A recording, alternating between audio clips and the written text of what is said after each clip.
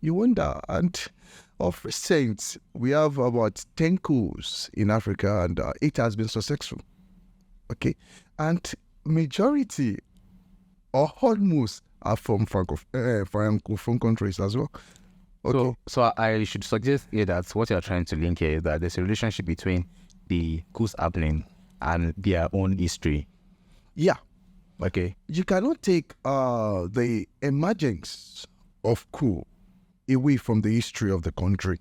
Okay. Whatever country that goes into coup, whatever country that is experiencing coup as we speak, you have to trace it from their origin. What has necessitated those coups? Okay, what are the factors that precipitated those coups? Now, instead of us leveraging on blaming the West as we do, though they have a role to play, we have to look at several issues as to, okay, one, leadership, democracy itself, okay? We have to look at the level of development. Yeah. Okay, and we have to look at the very, in quote, contagious theory of military coup. Yeah. Okay. Now, history has made us to understand that in some part of Africa, while the colonial masters were colonizing Africans, they ruled through what we call company rule or military rule. Okay. So, period to colonial incursion and colonialism in Africa, Africa are not used to democratic principles. Yeah. Okay. We are not used to democratic principles. We have obas, we have kings. We mostly had the monarchical system where we had kings. Okay. And yes. So we have them, and one dynasty can rule for 100 years, 200 years, 300 years. Before another dynasty will come up. Okay. Yeah. So it's our way of life. It's the way we operate here. It's the way we do our things, and we are accustomed to that. For hundreds of years. Yes. It's less than thousands of years. Okay. Africa has been existing for quite an age now. Yes. Okay. So that's our way of life.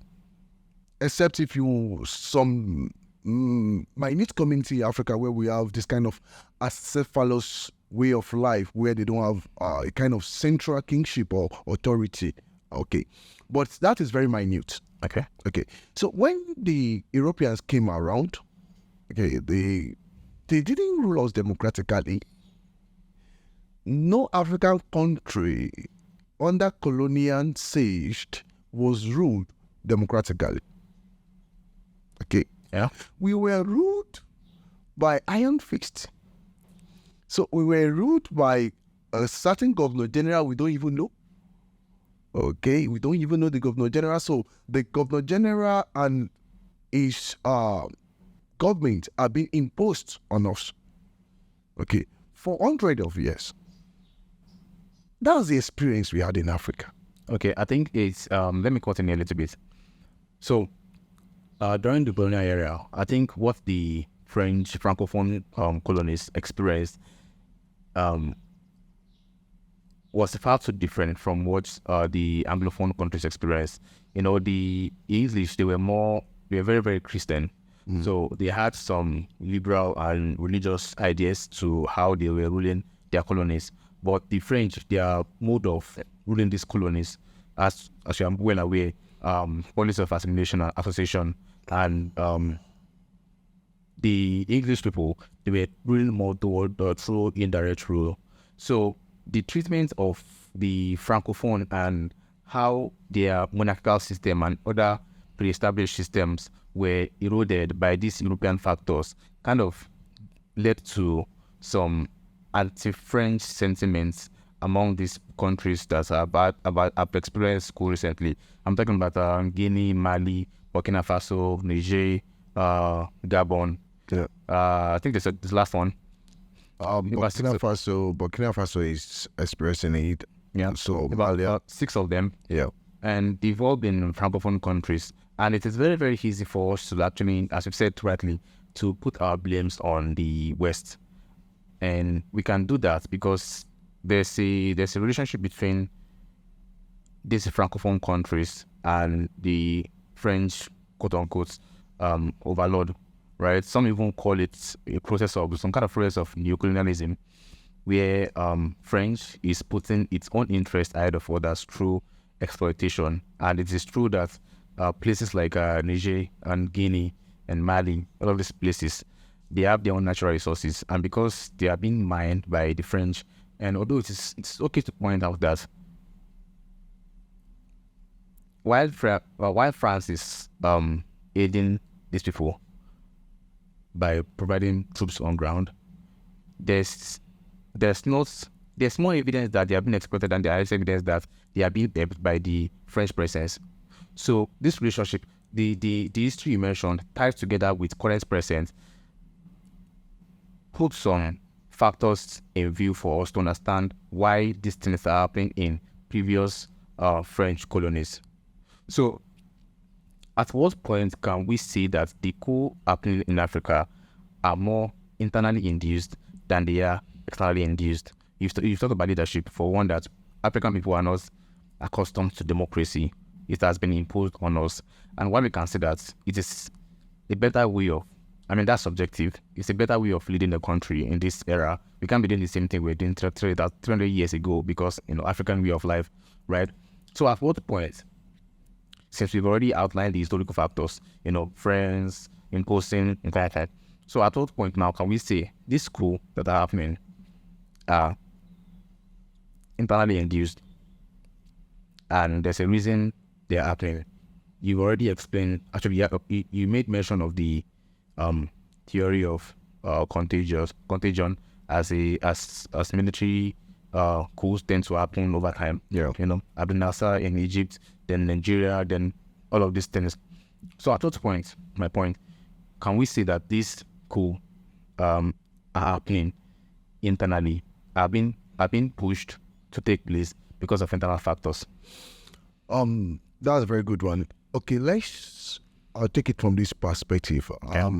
I was of recent analyzing a political event. Okay. And someone asked me that we go to coup because we don't enjoy democratic dividends, or you call it democracy dividends, or dividends of democracy, in whatever language we want to put it.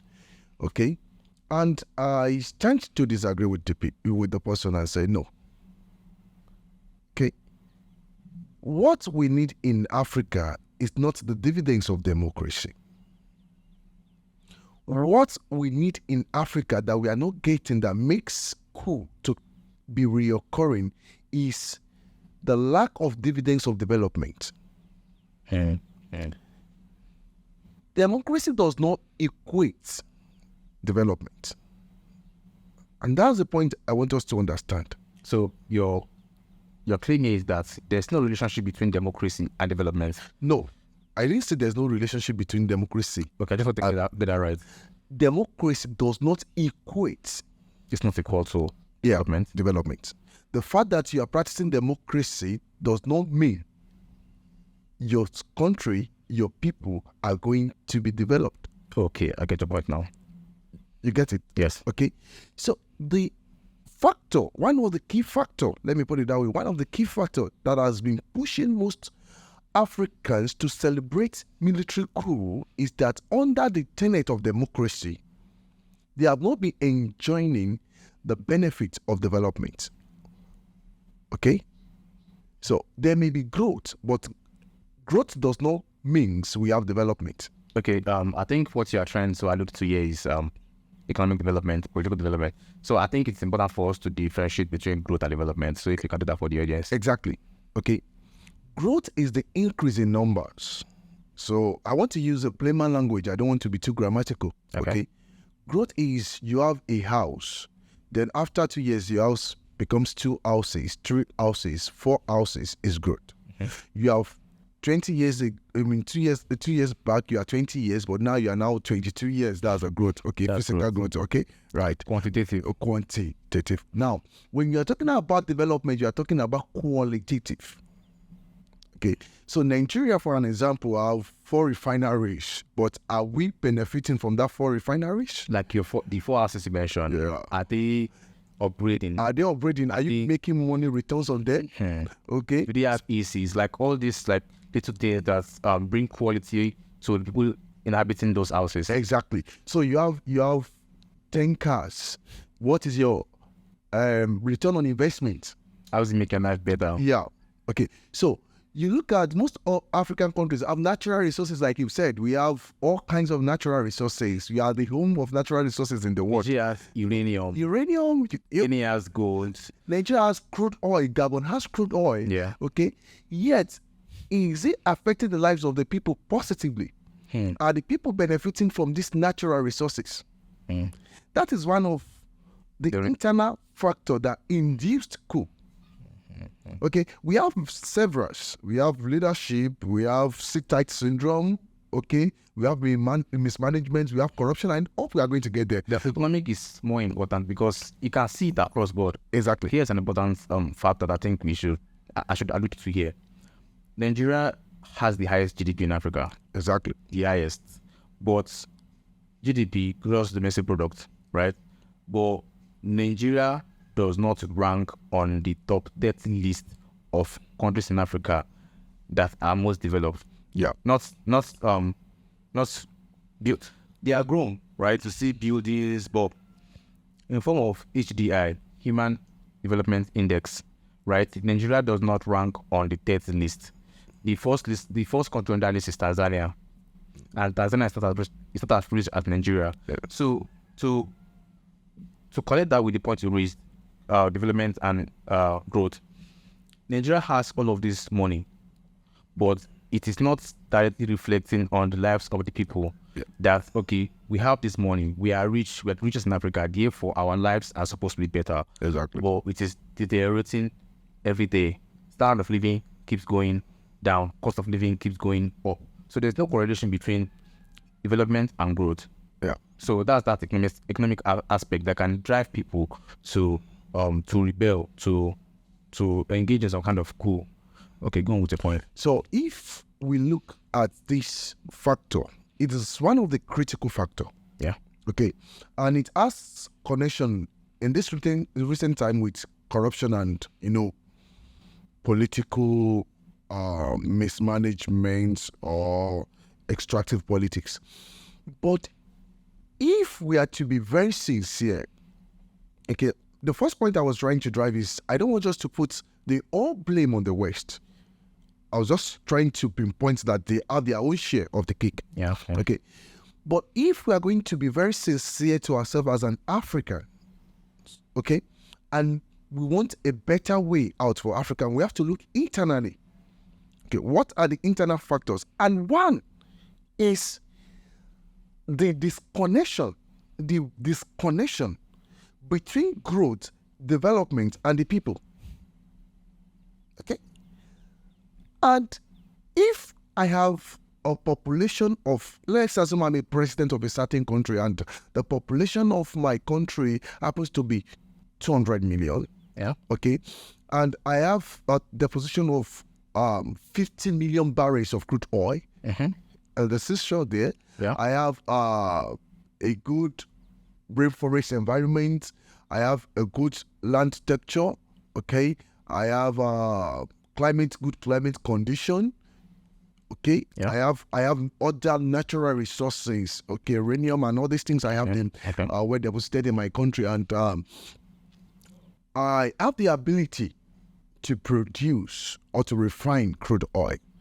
Okay, my agricultural products are top notch in the market. Yet, 20% of my country people are the rich ones, and 80% are wallowing in poverty. Okay, so what is the essence of those natural resources that I have? They are useless because the natural resources are available, as glamorous as they might have looked, are not affecting the larger percentage of the people. Okay, they are only affecting the life of a minute group of people. Maybe they are the cronies. Okay, the cronies within the country. So they are making money, they are extracting resources, while the larger percentage of the citizens are suffering. That is for one, an elitist perspective, and also kind of a Marxist perspective because it puts the context of coup happening, a form of class struggle. And I think you do have to give some points to Karl Marx because you can see that it is almost always the rich versus the poor. But sometimes it's just the systems we find ourselves in.